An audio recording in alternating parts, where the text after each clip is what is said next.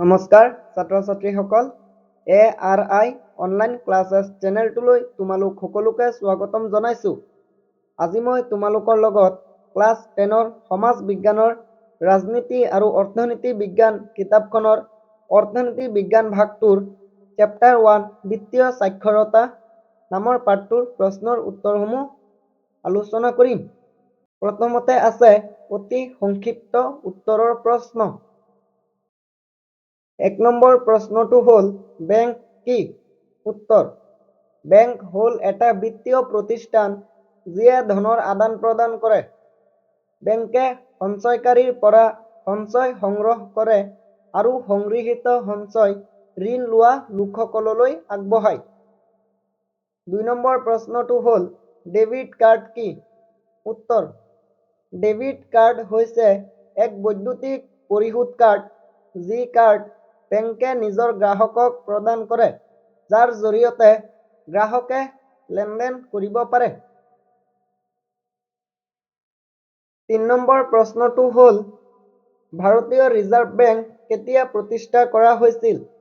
উত্তৰ, ভাৰতীয় reserve bank 1935 চনত প্ৰতিষ্ঠা কৰা হৈছিল। 4 নম্বৰ প্ৰশ্নটো হ'ল UPIৰ এটা উদাহৰণ দিয়া। উত্তৰ, গুগল পে, ফোনপে, পেটিএম, ভীম। 5 নম্বৰ প্ৰশ্নটো হ'ল চলিত জমা কি? উত্তৰ, বেংক একাউণ্টত যি ধৰণে জমা কৰিলে জমাকাৰীয়ে নিজৰ জমা ধন যিকোনো সময়তে চেকৰ যোগেদি উলিয়াই আনিব পাৰে তেনে জমাক চলিত জমা বোলে। 6 নম্বৰ প্ৰশ্নটো হ'ল এটা বিত্তীয় উপকৰণ উল্লেখ কৰা। উত্তৰ, stock, bond, mutual fund. Primary বজাৰৰ আনটো নাম কি? উত্তৰ, নিউ ইছ্যু বজাৰ। 8 নম্বৰ প্ৰশ্নটো হ'ল সেবি কেতিয়া প্ৰতিষ্ঠা কৰা হৈছিল? উত্তৰ, 1992 চনৰ 12 এপ্ৰিল তাৰিখে সেবি প্ৰতিষ্ঠা কৰা হৈছিল। 9 নম্বৰ প্ৰশ্নটো হ'ল পদ্ধতিগত বিনিয়োগ আঁচনি কি? উত্তৰ, পদ্ধতিগত বিনিয়োগ আঁচনি হৈছে মিউচুৱেল ফাণ্ডত নিৰ্দিষ্ট পৰিমাণৰ ধন নিয়মিতভাৱে বিনিয়োগ কৰাৰ ব্যৱস্থা। 10 নম্বৰ প্ৰশ্নটো হ'ল চাইবাৰ প্ৰতাৰণাৰ পৰা ৰক্ষা পাবলৈ এটা সতৰ্কতা উল্লেখ কৰা। উত্তৰ, শক্তিশালী পাছৱৰ্ড ব্যৱহাৰ কৰিব লাগে যাতে অন্য কোনেও সহজতে অনুমান কৰিব নোৱাৰে। এতিয়া চুটি উত্তৰৰ প্ৰশ্নসমূহ আলোচনা কৰিম। 1 নম্বৰ প্ৰশ্নটো হ'ল আঞ্চলিক গ্ৰাম্য বেংকৰ কাৰ্যসমূহ কি কি? উত্তৰ, আঞ্চলিক গ্ৰাম্য বেংকৰ কাৰ্যসমূহ হ'ল 1. বেপাৰী মহাজনসকলৰ পৰা অত্যাধিক সুদ দি ঋণ লোৱা গাঁওবাসীলৈ অতি কম সুদৰ হাৰত ঋণ প্ৰদান কৰা। 2. গ্ৰাম্য সঞ্চয় সংগ্ৰহ কৰি বিভিন্ন উৎপাদনমূলক কাৰ্যত সেই সঞ্চয় ব্যয় কৰা।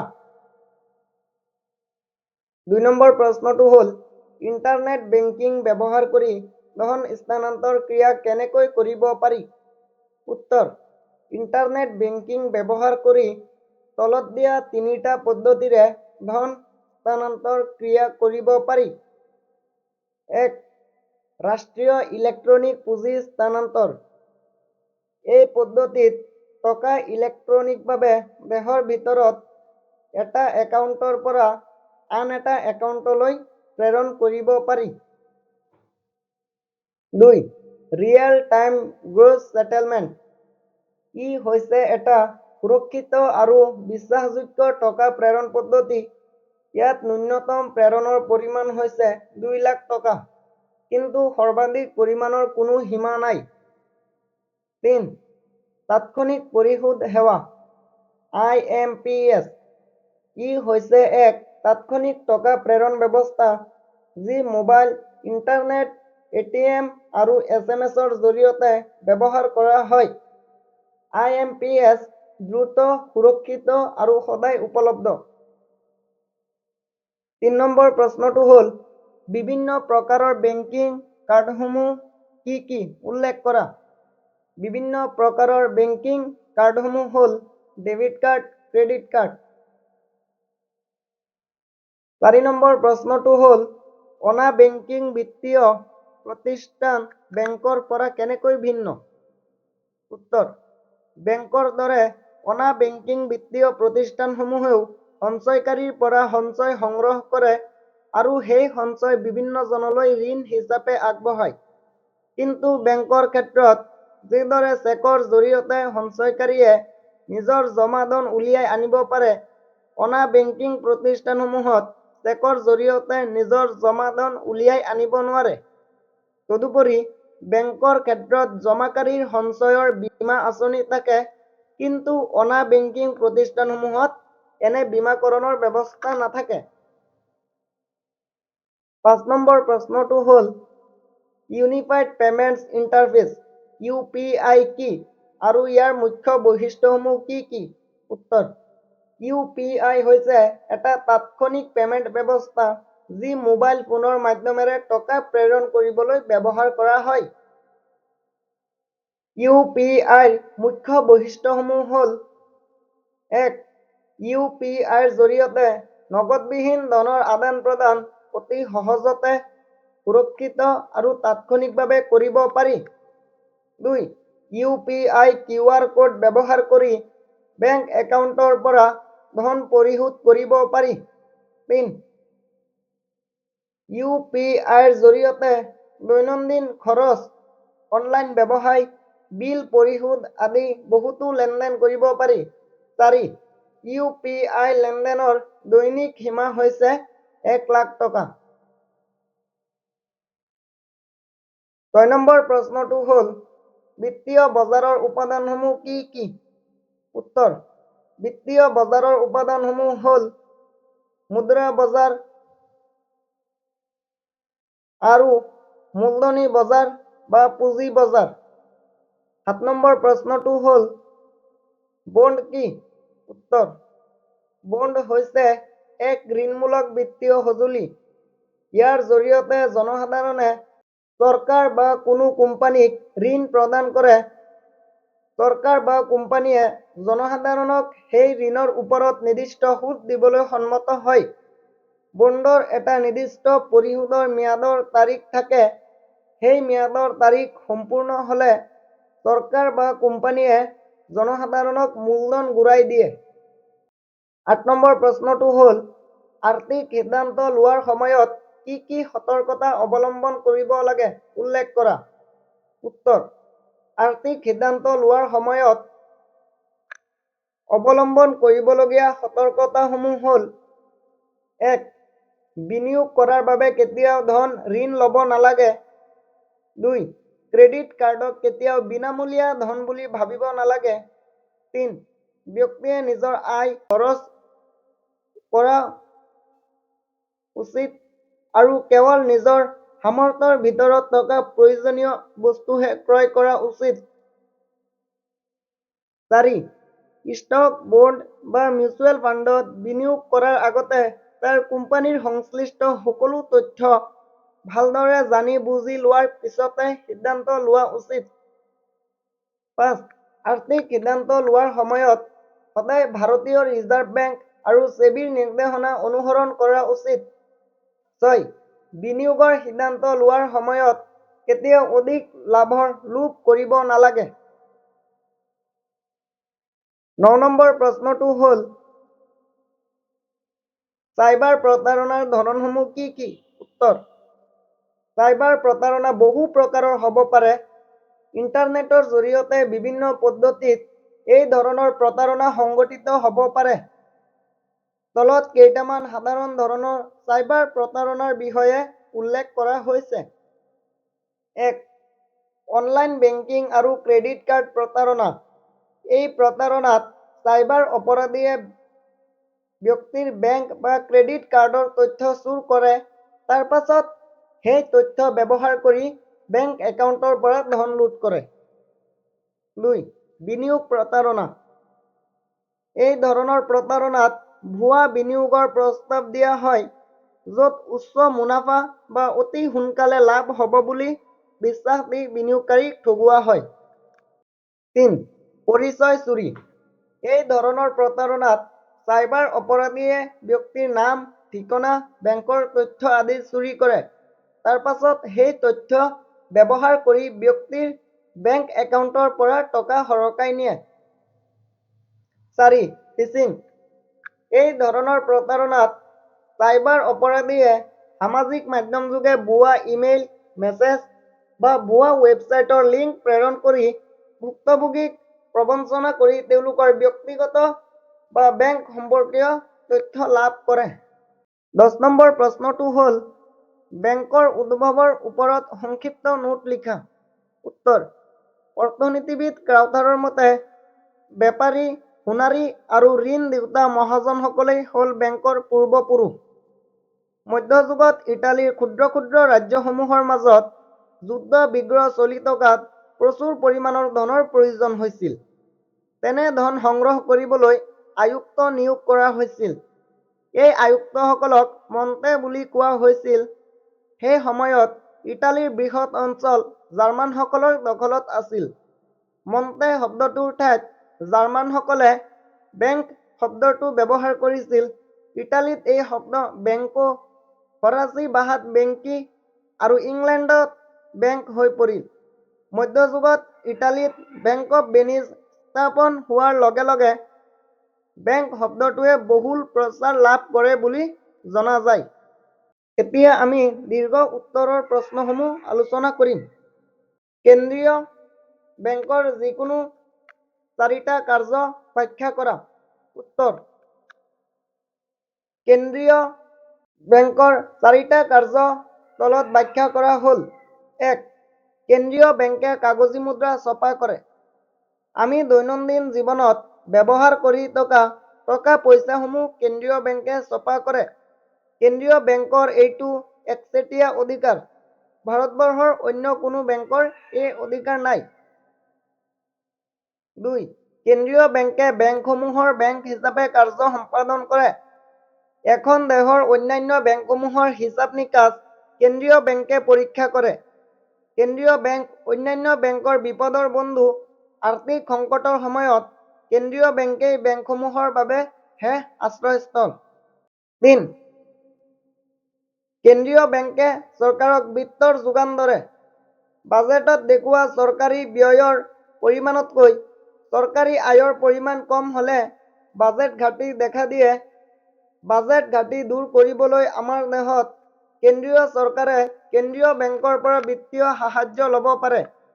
কেন্দ্ৰীয় বেংকে চৰকাৰৰ পৰামৰ্শদাতা হিচাপে দায়িত্ব পালন কৰাৰ লগতে চৰকাৰৰ প্ৰতিনিধি হিচাপে সকলো চৰকাৰী আয় আৰু ব্যয়ৰ ওপৰত হিচাপ ৰাখে।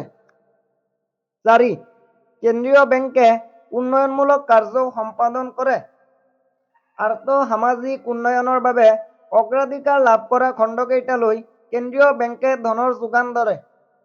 উদাহৰণস্বৰূপে, অগ্ৰাধিকাৰ লাভ কৰা কৃষিখণ্ড যাতে প্ৰয়োজনীয় সম্পদৰ অভাৱত নপৰে তাৰ বাবে যাৱতীয় ব্যৱস্থা কেন্দ্ৰীয় বেংকে গ্ৰহণ কৰে। 2 নম্বৰ প্ৰশ্নটো হ'ল বেংকিং কাৰ্ড ব্যৱহাৰ কৰাৰ সময়ত কি কি সতৰ্কতা ল'ব লাগে ব্যাখ্যা কৰা। উত্তৰ: বেংকিং কাৰ্ড ব্যৱহাৰ কৰাৰ সময়ত তলত দিয়া সতৰ্কতাসমূহ অৱলম্বন কৰিব লাগে। 1. এটিএম কাৰ্ডৰ পিন নম্বৰ সহজে অনুমান কৰিব নোৱাৰাকৈ নিৰ্ধাৰণ কৰিব লাগে। 2. এটিএমৰ পৰা টকা উলিয়াওঁতে পিন নম্বৰ ভৰ্তি কৰাৰ সময়ত যাতে আন কোনোবাই চাব নোৱাৰে তাৰ প্ৰতি সাৱধান হ'ব লাগে। 3. ডেবিট আৰু ক্ৰেডিট কাৰ্ড সুৰক্ষিত ঠাইত ৰাখিব লাগে যাতে অন্য লোকে অপব্যৱহাৰ কৰিব নোৱাৰে। 4. এটিএম কাৰ্ড হেৰাই গ'লে বা চুৰি হ'লে তৎক্ষণাৎ বেংকক জনাই কাৰ্ডখনৰ জৰিয়তে লেনদেন বন্ধ কৰিব লাগে। 5. Pin, card number, CVV number, কাৰ্ডৰ ম্যাদৰ তাৰিখ আদি তথ্যসমূহ আনৰ সৈতে কেতিয়াও শ্বেয়াৰ কৰিব নালাগে। 6. ক্ৰেডিট কাৰ্ড ব্যৱহাৰকাৰীয়ে সময়মতে কাৰ্ডৰ ঋণ পৰিশোধ কৰিব লাগে নহ'লে বেংকে অধিক সুদ ল'ব পাৰে। 3 নম্বৰ প্ৰশ্নটো হ'ল বাণিজ্যিক বেংকৰ কাৰ্যসমূহ কি কি? উত্তৰ: যিবিলাক বেংকে কেন্দ্ৰীয় বেংকৰ নিৰ্দেশনা মানি জনসাধাৰণৰ লগত প্ৰত্যক্ষ আৰু পৰোক্ষভাৱে সঞ্চয়, ঋণ, বেপাৰ বাণিজ্য আদিৰ সৈতে জড়িত কাৰ্য সম্পন্ন কৰে তেনেবিলাক বেংকক বাণিজ্যিক বেংক বোলা হয়। বাণিজ্যিক বেংকৰ কাৰ্যাৱলীসমূহ তলত আলোচনা কৰা হ'ল। 1. বাণিজ্যিক বেংকে সঞ্চয় সংগ্ৰহ কৰে। বাণিজ্যিক বেংকে তিনি প্ৰকাৰৰ সঞ্চয় সংগ্ৰহ কৰে: চলিত আমানত, স্থিৰ আমানত আৰু সঞ্চয় আমানত। চলিত আমানতত সঞ্চয় কৰিলে সঞ্চয়কাৰীয়ে নিজৰ সঞ্চয় যিকোনো সময়তে চেকৰ যোগেদি উলিয়াই আনিব পাৰে। স্থিৰ আমানতৰ ক্ষেত্ৰত এনে কৰিব নোৱাৰে। এই আমানতত উলিয়াই আনিবলৈ হ'লে আমানতকাৰীয়ে বেংকক আগতীয়াকৈ জনাব লাগিব। সঞ্চয় আমানতৰ ক্ষেত্ৰত জমাৰ এটা অংশ সঞ্চয়কাৰীয়ে প্ৰয়োজন অনুসৰি উলিয়াই আনিব পাৰিব, কিন্তু আনটো অংশ উলিয়াবলৈ হ'লে বেংকৰ আগতীয়া অনুমতিৰ প্ৰয়োজন হ'ব। 2. বাণিজ্যিক বেংকসমূহে ঋণৰ যোগান ধৰে। কৃষক, উদ্যোগপতি, কাৰিকৰ, ঠেলাচালক আদিকে ধৰি সমাজৰ বিভিন্ন শ্ৰেণীৰ লোকে বাণিজ্যিক বেংকৰ পৰা ঋণ লাভ কৰে। এই ঋণৰ ওপৰত ঋণ লওঁতাই নিৰ্দিষ্ট হাৰত বেংকক সুদ প্ৰদান কৰিব লাগে। 3. বাণিজ্যিক বেংকে আমানতকাৰীৰ মূল্যৱান অলংকাৰ পাতি, গুৰুত্বপূৰ্ণ নথিপত্ৰ আদিৰ সংৰক্ষক হিচাপে কাৰ্য সম্পাদন কৰে। আমানতকাৰীৰ সা-সম্পত্তিৰ ন্যাসৰক্ষী হিচাপেও এই বেংকে কাৰ্য পালন কৰে। 4. বাণিজ্যিক বেংকসমূহে ঋণ মুদ্ৰাৰ সৃষ্টি কৰে। 4 নম্বৰ প্ৰশ্নটো হ'ল, বিত্তীয় বজাৰ কি হয়? বিত্তীয় বজাৰৰ ভূমিকাসমূহ উল্লেখ কৰা। উত্তৰ: বিত্তীয় বজাৰ হৈছে এনে এক বজাৰ য'ত বিত্তীয় নিৰাপত্তা পত্ৰসমূহ যেনে ষ্টক, বণ্ড আদি সৃষ্টি কৰা হয় বা বিনিময় কৰা হয়। সহজ ভাষাত ক'বলৈ গ'লে বিত্তীয় বজাৰ হৈছে সেই স্থান য'ত কোম্পানীসমূহে নিজৰ কাৰ্যৰ বাবে টকা সংগ্ৰহ কৰে। বিত্তীয় বজাৰৰ ভূমিকাসমূহ তলত উল্লেখ কৰা হ'ল। 1.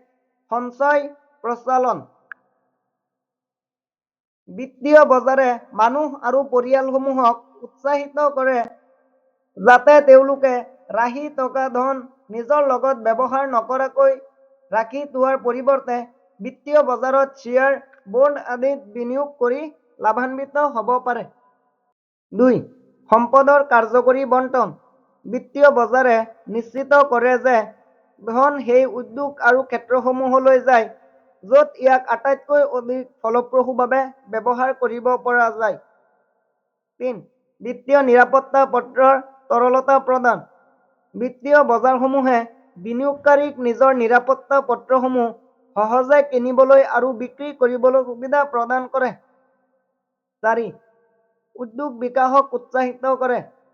ভাৰতীয় কোম্পানীসমূহে শ্বেয়াৰ, বণ্ড আৰু ঋণপত্ৰ আদি বিত্তীয় আহিলাসমূহ বিলি কৰি নিজৰ ব্যৱসায় আধুনিকীকৰণ আৰু বিস্তাৰ কৰিবলৈ প্ৰয়োজনীয় ধন সংগ্ৰহ কৰে।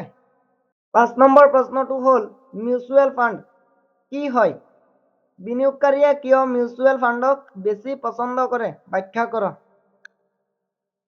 উত্তৰ: মিউচুৱেল ফাণ্ড হৈছে এটা বিত্তীয় আহিলা বা সঁজুলি য'ত বিভিন্ন বিনিয়োগকাৰীৰ পৰা ধন সংগ্ৰহ কৰি বহু নিৰাপত্তা পত্ৰত বিনিয়োগ কৰি ধন বৃদ্ধি কৰাৰ চেষ্টা কৰা হয়। বিনিয়োগকাৰীসকলে মিউচুৱেল ফাণ্ডক বেছিকৈ পছন্দ কৰাৰ কাৰণসমূহ হ'ল: 1. মিউচুৱেল ফাণ্ডে যথাযথ বিশ্লেষণৰ আৰু গৱেষণাৰ পাছত ষ্টক আৰু অন্যান্য আৰ্থিক সঁজুলিত বিনিয়োগ কৰাৰ দায়িত্ব লয়। 2. মিউচুৱেল ফাণ্ডত বহুমুখিতা থাকে। মিউচুৱেল ফাণ্ডে বিনিয়োগকাৰীৰ ধন বিভিন্ন কোম্পানীৰ ষ্টক, বণ্ড আৰু অন্যান্য আৰ্থিক সঁজুলিত লগায়। এনে বহুমুখিতাৰ ফলত বিনিয়োগকাৰীৰ বিপদৰ সম্ভাৱনা কিছু পৰিমাণে হ্ৰাস পায়। 3. মিউচুৱেল ফাণ্ডৰ ইউনিট ক্ৰয় কৰা সহজ আৰু ইয়াৰ বাবে বিনিয়োগৰ মূল্য অতি কম। 4. মিউচুৱেল ফাণ্ডত পদ্ধতিগত বিনিয়োগ আঁচনিৰ ব্যৱস্থা আছে। SIPৰ জৰিয়তে বিনিয়োগকাৰীয়ে এবাৰতে ধন বিনিয়োগ কৰাৰ পৰিৱৰ্তে নিয়মিতভাৱে মিউচুৱেল ফাণ্ডত ধন লগাব পাৰে। 6 নম্বৰত দিয়া আছে তলত দিয়া বিষয়সমূহ ব্যাখ্যা কৰা। এ পান কাৰ্ড। উত্তৰ, পান কাৰ্ড হৈছে এটা বৰ গুৰুত্বপূৰ্ণ নথিপত্ৰ। পান কাৰ্ড অৰ্থাৎ স্থায়ী একাউণ্ট নম্বৰ হৈছে 10 অংকৰ আখৰ আৰু সংখ্যাৰে গঠিত এক নম্বৰ, যিটো ভাৰত চৰকাৰৰ আয়কৰ বিভাগৰ দ্বাৰা জাৰি কৰা হয়।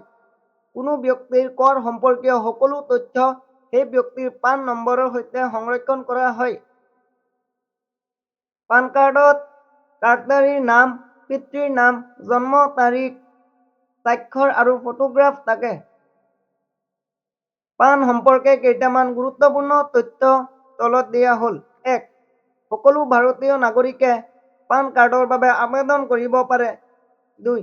পান কাৰ্ডধাৰীৰ পান কাৰ্ড আজীৱন বৈধ থাকে। 3. একাধিক পান কাৰ্ড লাভ কৰা আইন বিৰোধী। 4. নাবালকৰ ক্ষেত্ৰত অভিভাৱকে তেওঁলোকৰ পক্ষত পান কাৰ্ডৰ বাবে আবেদন কৰিব পাৰে। 5. পান কাৰ্ড বেংকিং ব্যৱস্থা আৰু কৰ দাখিলৰ বাবে বাধ্যতামূলক নথিপত্ৰ। বি. আধাৰ কাৰ্ড। উত্তৰ, আধাৰ কাৰ্ড হৈছে ভাৰতবৰ্ষৰ বাসিন্দাসকললৈ প্ৰদান কৰা 12 অংকৰ এক অদ্বিতীয় পৰিচয় পত্ৰ। Unique identification authority of India হৈছে ভাৰত চৰকাৰৰ দ্বাৰা 2016 চনত স্থাপিত আইনী কৰ্তৃপক্ষ, যিয়ে আধাৰ নম্বৰ নামৰ অদ্বিতীয় পৰিচয় নম্বৰ জাৰি কৰে। আধাৰ নম্বৰত প্ৰতিজন ব্যক্তিৰ মৌলিক, জনসংখ্যাগত আৰু বায়োমেট্ৰিক তথ্য সংৰক্ষণ কৰা হয়, যেনে ফটোগ্ৰাফ, 10টা আঙুলিৰ ছাপ আৰু চকুৰ আইৰিছ। আধাৰ কাৰ্ডত কাৰ্ডধাৰীৰ নাম, জন্ম তাৰিখ, লিংগ, মোবাইল নম্বৰ, ঠিকনা আৰু ফটোগ্ৰাফৰ লগতে আধাৰ নম্বৰ উল্লেখ থাকে। আধাৰ সম্পৰ্কে কেইটামান গুৰুত্বপূৰ্ণ তথ্য তলত দিয়া হ'ল। 1. আধাৰ ভাৰতৰ সকলো বাসিন্দাৰ পৰিচয় আৰু ঠিকনাৰ প্ৰমাণ হিচাপে কাম কৰে। 2. প্ৰতিজন ব্যক্তিক এটা মাত্ৰ অদ্বিতীয় আধাৰ আইডি নম্বৰ দিয়া হয়। 3. আধাৰ কাৰ্ডৰ দ্বাৰা প্ৰদান কৰা পৰিচয় বিভিন্ন সামাজিক, অৰ্থনৈতিক আৰু আৰ্থিক সেৱা গ্ৰহণৰ ক্ষেত্ৰত অত্যন্ত গুৰুত্বপূৰ্ণ। 4. আধাৰ কাৰ্ডৰ জৰিয়তে চৰকাৰী সেৱা, সুবিধা আৰু অনুদানসমূহ লাভ কৰিব পৰা যায়। তলত দিয়া প্ৰতিটো প্ৰতিষ্ঠানৰ যিকোনো দুটাকৈ কাৰ্য সংক্ষেপে ব্যাখ্যা কৰা। এ. IDBI industrial development bank of India. উত্তৰ, IDBI ভাৰতীয় ঔদ্যোগিক উন্নয়ন বেংক 1964 চনত স্থাপন কৰা হৈছিল। এই বেংকৰ মূল কাৰ্যসমূহ হ'ল: 1. ঔদ্যোগিক প্ৰতিষ্ঠানসমূহলৈ বিত্তীয় সাহায্য প্ৰদান কৰা আৰু ঔদ্যোগিক উন্নয়নৰ সৈতে জড়িত প্ৰতিষ্ঠানসমূহৰ প্ৰসাৰতা বৃদ্ধিত সহায় কৰা। 2. ভাৰতীয় ঔদ্যোগিক উন্নয়ন বেংকটোৱে উদ্যোগসমূহলৈ ঋণৰ ৰূপত প্ৰত্যক্ষভাৱে আৰু পৰোক্ষভাৱেও সাহায্য আগবঢ়ায়, যেনে ৰাজ্যিক বিত্তীয় নিগম, ঔদ্যোগিক উন্নয়ন নিগম, বাণিজ্যিক বেংকসমূহলৈ বিত্তীয় সাহায্য আগবঢ়ায়, আৰু এই অনুষ্ঠানসমূহে ৰাজ্যৰ ঔদ্যোগিক খণ্ডলৈ বিত্তীয় সাহায্য আগবঢ়ায়। 3. অৰ্থনৈতিকভাৱে পিছপৰা অঞ্চলসমূহৰ উদ্যোগ খণ্ডলৈ ৰেহাই সুদৰ হাৰত ঋণ আগবঢ়ায় আৰু প্ৰশিক্ষণৰ জৰিয়তে উদ্যোগবিহীন জিলাসমূহত ঔদ্যোগিক উদ্যম বৃদ্ধিৰ বাবে আগভাগ লয়। B. RRB regional rural bank. উত্তৰ, RRB আঞ্চলিক গ্ৰাম্য বেংক 1975 চনত স্থাপন কৰা হৈছিল। এই বেংকে সম্পাদন কৰা কাৰ্যসমূহ হ'ল: বেপাৰী মহাজনসকলৰ পৰা অত্যাধিক সুদ দি ঋণ লোৱা গাঁওবাসীলৈ অতি কম সুদৰ হাৰত ঋণ প্ৰদান কৰি দুখীয়া গাঁওবাসীক সহায়কাহ দিয়া। 2. গ্ৰাম্য সঞ্চয় সংগ্ৰহ কৰি বিভিন্ন উৎপাদনমূলক কাৰ্যত সেই সঞ্চয় ব্যয় কৰা। C. NABARD national bank of agriculture and rural development. উত্তৰ, নাবাৰ্ড কৃষি আৰু গ্ৰাম্য উন্নয়নৰ ৰাষ্ট্ৰীয় বেংক 1982 চনত স্থাপন কৰা হৈছিল। নাবাৰ্ডে সম্পাদন কৰা মূল কাৰ্যসমূহ হ'ল: গাঁও অঞ্চলত বিনিয়োগ কৰা আৰু উৎপাদনৰ সৈতে জড়িত অনুষ্ঠানসমূহলৈ বিত্তৰ যোগান ধৰা। 2. ঋণ প্ৰদান প্ৰক্ৰিয়া, আঁচনিৰ পুনৰীক্ষণ আৰু পৰ্যালোচনা, প্ৰশিক্ষণ আদিৰ উন্নয়নৰ উদ্দেশ্যে নাবাৰ্ডে ব্যৱস্থা গ্ৰহণ কৰে। 3. সকলো বিত্তীয় প্ৰতিষ্ঠান ভাৰত চৰকাৰ, ৰাজ্য চৰকাৰ ৰিজাৰ্ভ বেংক ইত্যাদিৰ সৈতে নাবাৰ্ডে সমন্বয় ৰক্ষা কৰে। The SIDBI small industries development bank of India. উত্তৰ চিডিবি ভাৰতীয় ক্ষুদ্ৰ উদ্যোগ উন্নয়ন বেংক আইন 1989 চনত সংসদত গৃহীত হয় আৰু 1990 চনৰ পৰা চিডিবি কাৰ্যক্ষম হৈ উঠে। চিডিবিৰ মুখ্য কাৰ্যালয় লক্ষ্ণৌত অৱস্থিত। চিডিবিৰ মুখ্য কাৰ্যসমূহ হ'ল: 1. ক্ষুদ্ৰ উদ্যোগসমূহৰ বাবে উন্নত প্ৰযুক্তিবিদ্যা আৰু আধুনিকীকৰণৰ ব্যৱস্থা কৰা। 2. ক্ষুদ্ৰ উদ্যোগত উৎপাদিত সামগ্ৰীৰ বিক্ৰীৰ বাবে বজাৰৰ সুবিধা কৰি দিয়া। 3. ৰাজ্যিক বিত্তীয় নিগম, ঔদ্যোগিক নিগম, বাণিজ্যিক বেংক, সমবায় বেংক আৰু আঞ্চলিক গ্ৰাম্য বেংকসমূহলৈ অৰ্থ সাহায্য আগবঢ়োৱা আৰু এই অনুষ্ঠানসমূহৰ যোগেদি ক্ষুদ্ৰ উদ্যোগসমূহলৈ ঋণ আগবঢ়োৱা। 4 নম্বৰ প্ৰশ্নটো হ'ল, ডিজিটেল পেমেণ্ট ব্যৱহাৰ কৰাৰ সময়ত এজন ব্যক্তিয়ে কি কি সতৰ্কতা ল'ব লাগে? উত্তৰ ডিজিটেল পেমেণ্ট কৰাৰ সময়ত তলত দিয়া সতৰ্কতাসমূহ অৱলম্বন কৰি চলিব লাগে। 1. ডিজিটেল পেমেণ্ট কৰাৰ সময়ত ৰাজহুৱা ৱাইফাই ব্যৱহাৰ কৰাটো সুৰক্ষিত নহয়, সেয়ে এনেধৰণৰ নেটৱৰ্ক ব্যৱহাৰ কৰিব নালাগে। 2. বেংকিং আৰু UPI এপ বিশ্বস্ত আৰু প্ৰমাণিত উৎসৰ পৰা ডাউনলোড কৰিব লাগে আৰু সময়মতে আপডেট কৰিব লাগে। 3. ডিজিটেল পেমেণ্টৰ বাবে শক্তিশালী পাছৱৰ্ড আৰু পিন বনাব লাগে, যিটো আনে সহজে অনুমান কৰিব নোৱাৰে। 4. পাছৱৰ্ড, পিন আৰু OTP কোনো সময়তে আন লোকৰ সৈতে শ্বেয়াৰ কৰিব নালাগে। 5. ডিজিটেল পেমেণ্ট কৰাৰ সময়ত যিজনক টকা পঠিওৱা হ'ব তেওঁৰ bank account number, UPI ID, mobile number আদি ভালদৰে পৰীক্ষা কৰিব লাগে, যাতে ভুল ব্যক্তিৰ একাউণ্টত টকা নাযায়। ছাত্ৰ-ছাত্ৰীসকল, ভিডিঅ'টোৰ জৰিয়তে যদি তোমালোকে অলপ হ'লেও উপকৃত হৈছা, ভিডিঅ'টো লাইক কৰিবা, বন্ধু-বান্ধৱীৰ সৈতে শ্বেয়াৰ কৰিবা আৰু এনেধৰণৰ প্ৰশ্নৰ উত্তৰসমূহ পাই থাকিবলৈ চেনেলটো ছাবস্ক্ৰাইব কৰিবা।